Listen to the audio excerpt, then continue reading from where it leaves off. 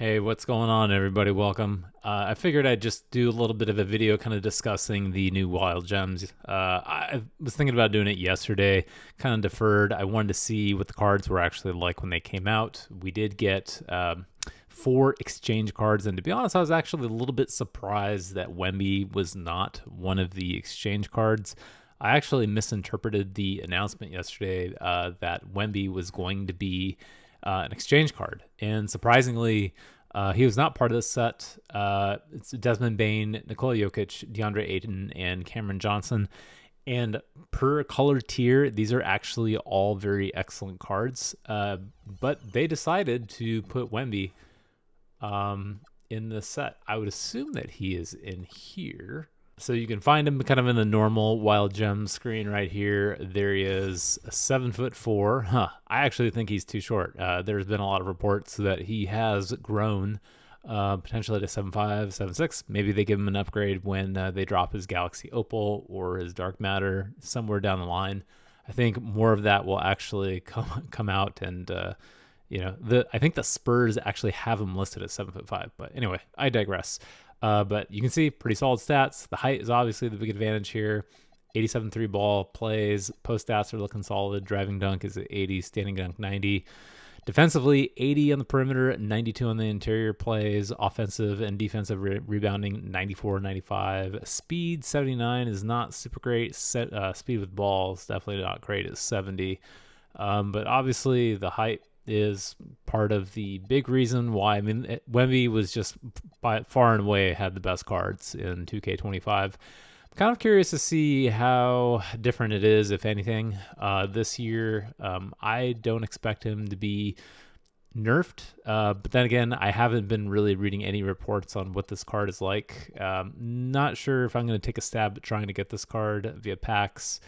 I just kind of want to defer on that, especially considering that now it's really interesting. I think it's worth talking about that the decision to not put him as an exchange is definitely interesting in itself. Because if you bifurcate it into two different sort of thought experiments. One, when people are going to be chasing this sort of crazy Jokic card, where is it? I don't even know what this thing is. The organization of all these cards is just so terrible. So, it's kind of funny. I don't even see the Jokic card listed in here, but if you go into Season 2 Wild Gems, it'll show. It doesn't even have a completion guide. It'll just show the cards here. Very targeted exchange for Nikola Jokic. I mean, we can just go ahead and take a look at the meta scores that are set up. And by the way, I have not updated the model yet. I've just been very busy with work and family. So just haven't had the cycles to get the site updated, but that is going to be coming based on the patch update and some other data. But basically, you can see Nikola Jokic, 56-49. A lot of people are very upset that we're getting a 6'11 point guard at this stage of the game, but I see people complaining about this online, and I just don't see enough people using even like a lot of the featured exchange gems online. I mean, I can kind of show you right now. Like right now, I'm already in tier 4. I've got about like 20 showdown wins. And I just see a lot of normal cards. I've only had like 2 matches out of the, I don't know, 20-something matches that use like a Joel Embiid or a Scottie Pippen card. It's just not really a big concern of mine. I think people just, again, it's an engagement process and algorithm that everybody kind of participates, cutting each other down, cutting 2K down. But it's I don't know. I don't really enjoy the strategy that they kind of deploy for getting these cards. It would have been just kind of nice to see Jokic as just normal content, but I think the genie's out of the bottle, right? These exchange cards going forward are just always going to be very hard to get. I am pleased to see that these ones I put in progress are still there. You can see I only have a few of these super hard ones for Joel Embiid. I'm actually just going to continue working towards that just kind of naturally as I go along. But the Jokic card is pretty ridiculous, man. But I'm actually a little surprised that he is not like a little bit better. I mean, if you go take a look at the stats, just real quick, you can see speed wise, like 88. I mean, that's really good. 93. But then, defensively, for me, that's a big concern at the moment. Offensive, perimeter defense, and interior defense. So he's a little subpar on the interior and perimeter defense. I mean, if you get an elite PD that's a 6'11" point guard / center, I would like to see the interior defense be north of 90.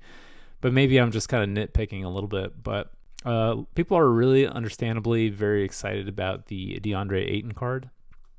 That's definitely one of the higher quality diamonds across all diamonds. If you were to just kind of filter on diamond with all cards, you can see that DeAndre Ayton is basically like right up there. He's elite. He's definitely like a top 10 diamond card.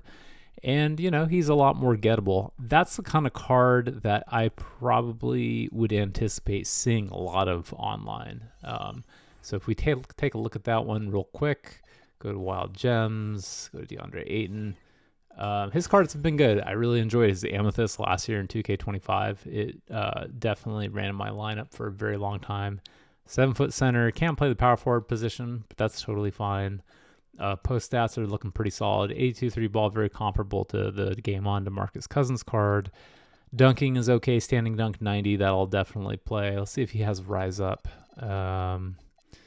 Rise Up. Oh, yep. He's got Hall of Fame Rise Up, so that is a big win. 94 interior defense. I mean, that interior defense is better than Jokic, and Jokic is going to cost you an arm and fortune. So, and rebounding at 94, I would definitely say I'm almost like inclined to say that this card is probably going to be close to a requirement. I would absolutely predict seeing this card out there quite a bit in the showdown streets. So DeAndre Ayton, definitely a good one.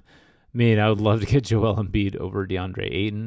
That card clears this one significantly, and I wouldn't even call this a budget card, given that, you have to spend an arm and a leg on the auction house to do the exchange for this one. But, his requirements in terms of the exchange, relative to all the other stuff, it's not terrible. So here it is, 20 cards, Sapphire or higher, and then it gets into rubies, and then that's pretty much it. You don't have any specific targeted cards. So this is kind of very similar to like Dunktober Zion, which a lot of people were able to get, and it's pretty good. Desmond Bane, pretty good shooter, but then I think it starts getting into specific players, or maybe not. No. So, okay. So then again, that's just another color-coded one.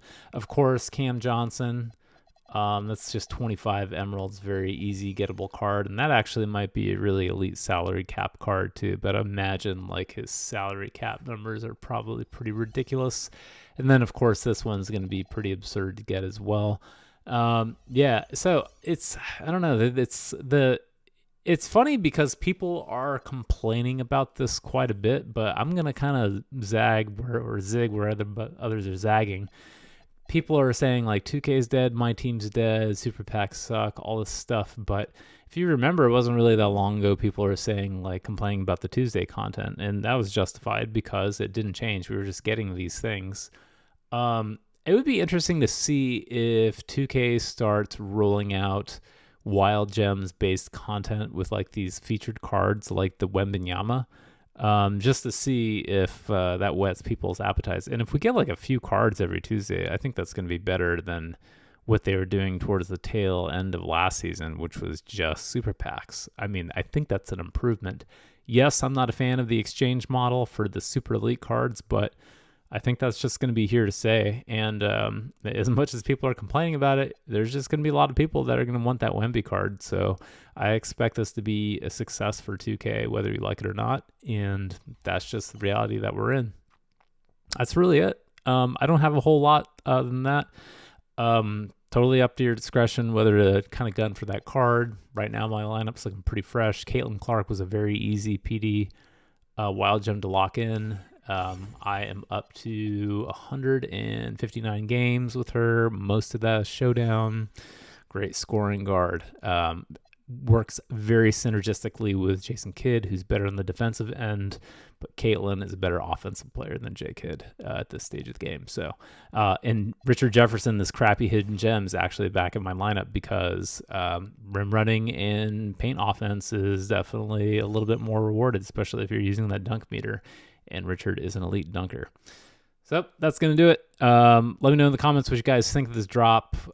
Good luck on trying to get Wemby. I'm definitely considering it, but I'm going to still hold off. But I expect this kind of pattern content to kind of continue. I don't have any reason to think that 2K will bend the knee to content-wise and monetization-wise. Gameplay, they seem receptive to feedback, but I don't think that's necessarily the case with content, and I expect that not to change in the near future. I'll see y'all later. Take it easy.